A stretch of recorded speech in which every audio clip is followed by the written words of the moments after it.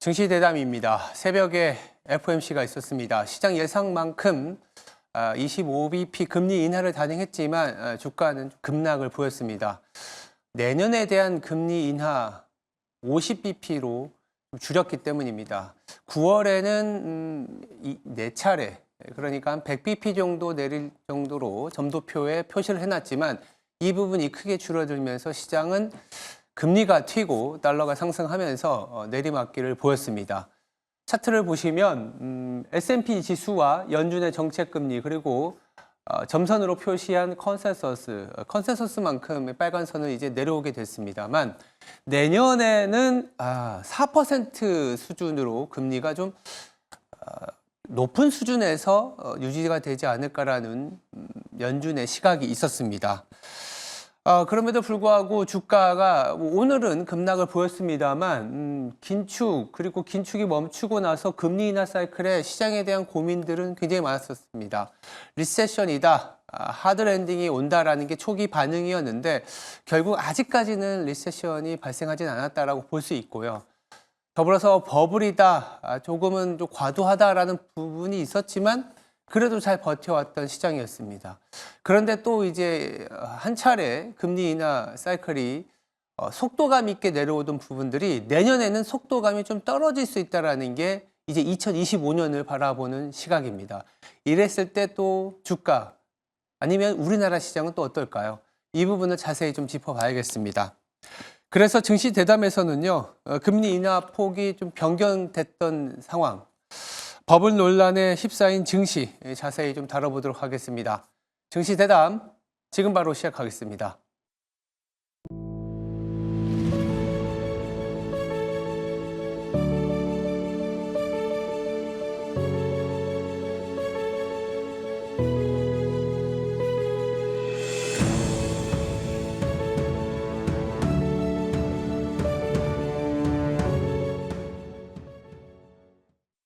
네, 증시 대담 이어가겠습니다. 자리에 미주은행의 변정규 전무 자리가 있습니다.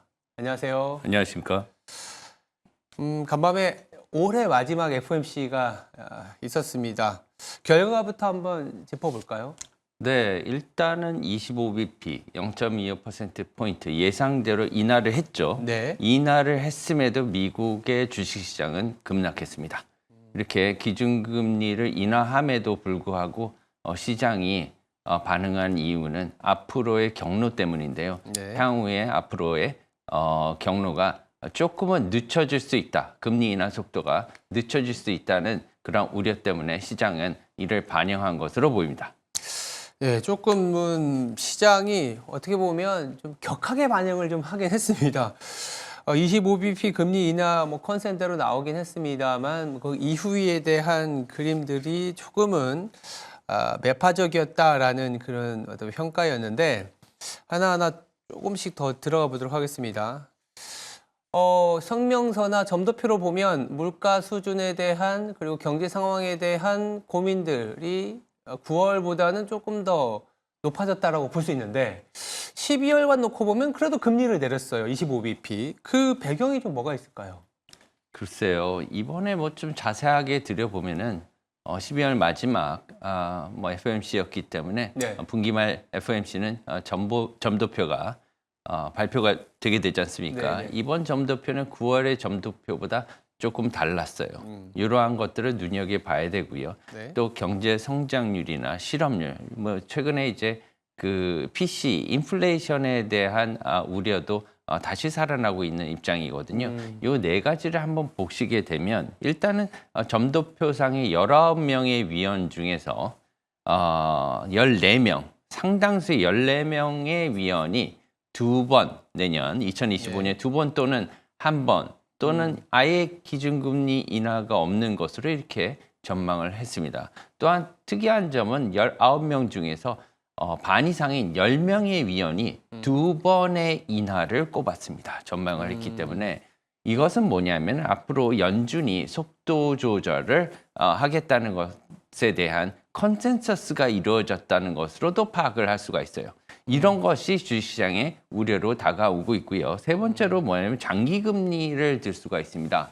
장기금리 같은 경우에는 네. 9월달 점도표에서는 약 2.9% 정도로 이렇게 예상을 했었는데 이번에는 소폭 올라서 3%로 전망을 하고 있거든요. 이 같은 사실은 앞으로 이제 장기금리가 인상이 되고 오히려 낮아져야 되는데 내려가는 대신 올라가고 있으니까 이러한 우려는 주시장에 반영이 되게 되겠죠. 또한 인플레이션 같은 경우에도 관심의 초점이었습니다. 사실상 그 FOMC가 시작되기 전에 금리 인하, 25bp 금리 인하는 거의 기정사실로 받아들이지 않았습니까? 맞아요. 따라서 금리 인하는 거의 그 관심이 크게는 없었어요. 이게 초점이 아니라 앞으로의 스탠스가 어떻게 될 것이냐, 연준이. 앞으로 연준의 속도 조절을 할 것이라는 예상은 있었는데 얼마나 조절을 할 것인가. 기존에는 3번 정도로 인하 횟수를 줄일 것으로 생각했습니다. 왜냐하면 지난번에는 4번을 인하를 생각을 했었기 때문에 이번에는 한 3번 정도로 줄일 거다 이렇게 생각했지만 내년에는 2번만의 인하를 이렇게 연준 위원들이 제시함에 따라서 시장은 속도 조절이 생각보다 더 크게 이루어질 것이다. 2번밖에 내리지 않는다면 1, 4분기 뭐 더 나아가서 상반기 중은 아예 안 내릴 수도 있겠다는 그런 우려조차 일어나고 있는 상황이거든요. 이게 물가에도 지금 반영을 되고 있습니다. 사실상 지난번 9월 FOMC에서는요. 물가에 대한 성명서에서 물가에 대한 언급 자체를 하질 않았습니다. 물가에 대한 왜냐하면 미국의 연준의 2가지 정책 목표인 물가 안정, 그다음에 고용 중에서 앞으로는 고용에 집중하겠다는 이렇게 뜻으로 받아들여졌기 때문에 인플레이션에 대한 문구를 아예 지웠었는데 그렇죠. 이번에는 인플레이션에 대한 우려가 굉장히 많이 살아났고요. 그것은 기자회견 때에도 인플레이션 관련 기자들의 질문이 쏟아진 것도 이것을 반증을 하고 있습니다. 따라서 인플레이션은 이번에는 9월에 비해서 PCE 올해의 PC 예상 금리는 네. 예상치는 2.3%에서 2.4%로 이렇게 소폭 올랐고요. 핵심 PC이죠. 코어 PC도 조금 더 올랐습니다. 2.5%에서 2.8%로 이렇게 인플레이션이 올라가는 그런 뭐 데이터를 보여주고 있기 때문에 이 같은 데이터로 2025년 내년 연준이 계속해서 같은 속도의 금리 인하를 하겠다고 얘기할 수가 없었던 거죠. 예, 그리고 마지막으로 성장률을 본다면 올해 2024년 성장 전망치도 기존에 2%에서 2.5%로 0.5% 상향 조정하면서 미국 경제가 생각보다도 굉장히 좋다. 이러한 뭐 인상을 주게 되었던 것도 이번 결정에 영향을 미쳤다고 볼 수가 있겠습니다.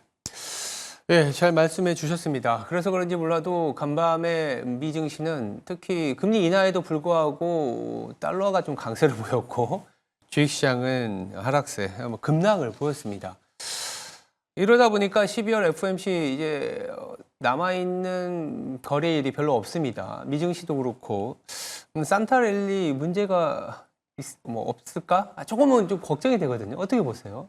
네, 글쎄요. 이번에 이제 이러한 조치로 인해서 당분간 미국의 증시는 조금은 뭐 성장세가 정체되지 않을까 이러한 조심스러운 전망을 하고 있는데 네. 지금 더 중요한 것은 뭐냐면 이번 FOMC에 앞서서 몇 가지 시장이 주시했던 것들이 있어요. 네. 예, 첫 번째는 뭐냐면 가장 중요한 게 이러한 연준의 결정이 향후 미국의 경제 그리고 미국의 주식시장, 미국 주식시장이 미국 경제를 많이 반영하고 있지 않습니까? 네. 따라서 이러한 미국의 주식시장에 주는 영향을 굉장히 많이 주시를 했었고요. 우리나라와 같은 경우에도 현재 미국에 투자하는 이런 투자자들이 많기 때문에 특히나 이번 금리 결정, 근데 앞으로의 이러한 그 금리 통화 정책의 속도에 대한 속도 조절에 관한 이러한 파월 의장의 기자에게는 초미의 관심사가 되었었던 거죠. 네. 두 번째는 뭐냐면은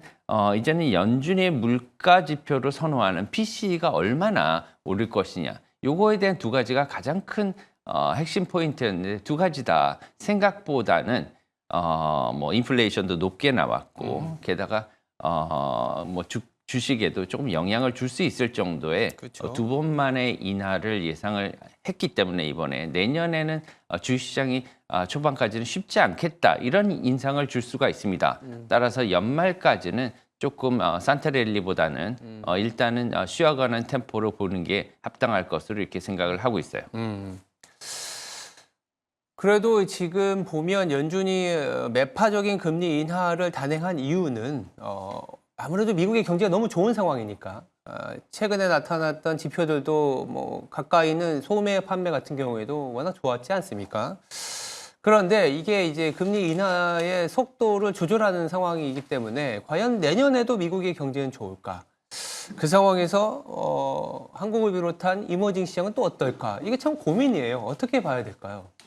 글쎄요, 이번에 기준금리를 내렸습니다. 기준금리를 25bp 0.25%를 낮췄는데요. 사실은 기준금리보다도 더 중요한 금리 지표가 이번에 변동이 있었습니다. 그것이 뭐냐면 미국의 영래포 금리라고 하죠. 네. 예, 영래포 금리 RRP 금리를 기존에 보다 30bp 0.3%를 인하를 했어요. 기존에 4.55%에서 4.25%로 기준금리는 25bp를 내렸는데 영래포 금리는 30bp를 내렸습니다. 이것은 뭐 시장에 주는 메시지가 굉장히 크다고 생각해요. 여기서 볼 수 있는 건 뭐냐면 영래포 금리는 미국의 중앙은행인 연준이 시중의 유동성을 흡수하기 위한 이런 공개시장 정책, 통화 정책의 일환입니다. 그래서 이런 수단인데 네. 이 금리를 갖다가 더 많이 낮춰서 기준금리 하단인 4.25%와 일치시켰다는 거예요. 이것은 사실은 원래는 기준금리 하단보다 조금 낮게 갖고 가는데 이것을 기준금리 하단과 영래포 금리를 갖다 일치시켰다는 것은 그만큼 유동성 흡수를 조금 자제하겠다는 것으로 이해가 될 수가 있습니다. 이것은 뭐냐면 시장에 주는 충격을 최소화하기 위해서 시장의 유동성을 갖다가 어느 정도 빨아들이는 것을 좀 자제할 수도 있다 이런 생각으로 비춰줄 수가 있어요. 그렇기 때문에 이러한 영래포 금리 인하는 앞으로 시장 안정화 대책의 일환으로 이렇게 발표가 되었고 앞으로는 기준금리 인 미국의 페더럴 펀드 레이트와 더불어 모든 5대 그 정책 금리를 갖다가 조금씩은 조정할 수 있는 그러한 상황이 될 수 있다 이렇게 전망을 하고 있습니다. 뭐 매파적인 금리 인하를 단행하긴 했습니다만 RRP 같은 경우에는 연준의 금리 하단에 좀 맞춰주면서 유동성 흡수를 조금 자제하는 그런 모습도 좀 보여줬습니다. 그렇다면 우리가 이제 12월 FOMC도 끝났고 조금씩 내년에 대한 그림도 좀 그려봐야 될 것 같고요. 뭐 경제도 마찬가지긴 합니다만 우리가 이제 미국의 경제 더불어서 주식시장, 한국의 어떤 주식시장까지 대비했을 때 어떤 스탠스가 필요할까요? 네, 앞으로 내년에 어떤 것이 일어날 것인가가 매우 중요한데요. 지금 네. 시장에서는 한국 사람으로서 우리나라 투자자로서 본다면 한국의 기준금리 그리고 한국의 외환시장 환율에 주는 영향도 생각을 해봐야 될 것 같습니다. 특히나 이번에 비상기업이라는 특수한 상황이 있었고요. 이것을 외국인들은 주시를 하고 있습니다. 따라서 이번 FOMC가 한국에 줄 영향은 비상기업 사태와 맞물려서 굉장히 클 수가 있다 생각보다 이렇게 생각을 할 수 있고요.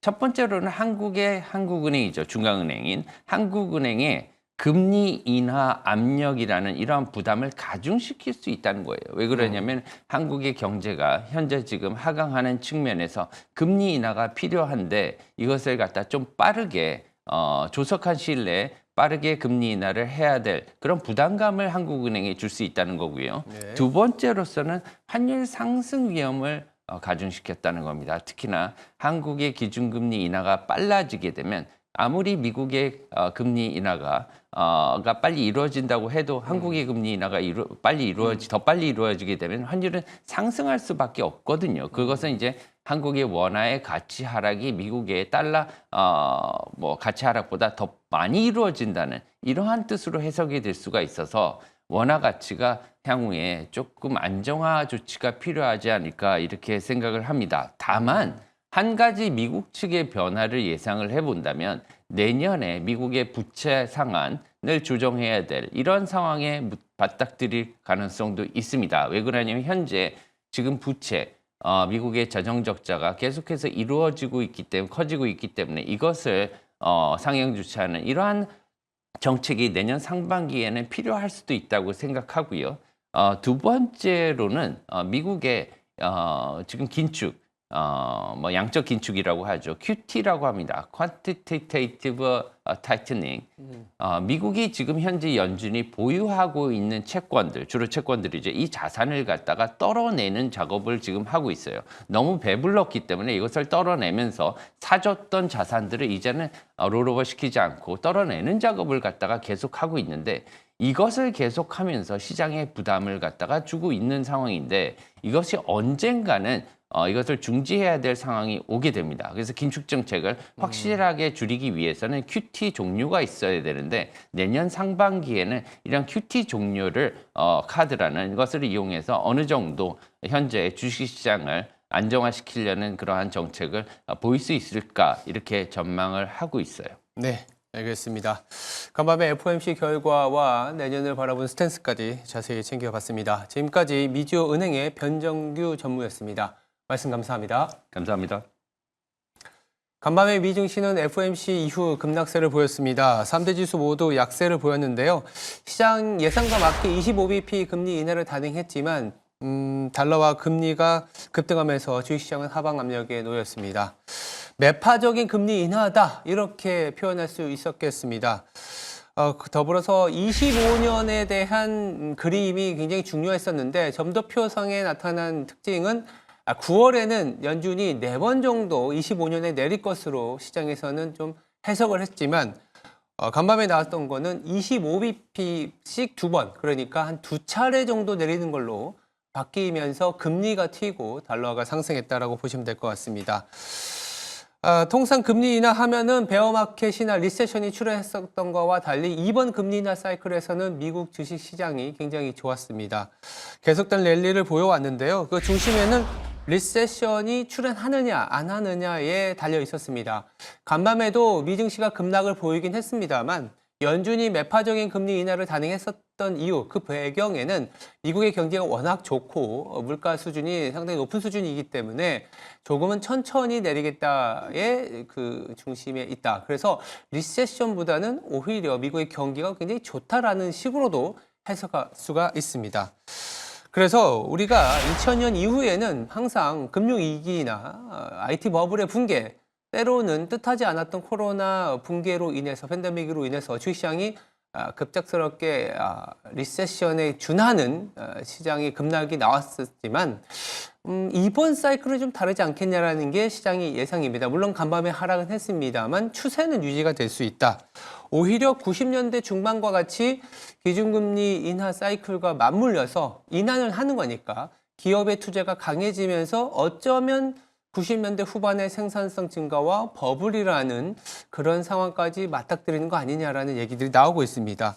그만큼 미국의 경제가 탄탄하기 때문에 공급 중심의 어떤 투자 아이디어는 계속될 수 있다. 이렇게 짚고 넘어가셔도 될 것 같습니다. 네, 지금까지 앵커 브리핑이었습니다. 오늘 하루도 성투하시기 바랍니다. 감사합니다.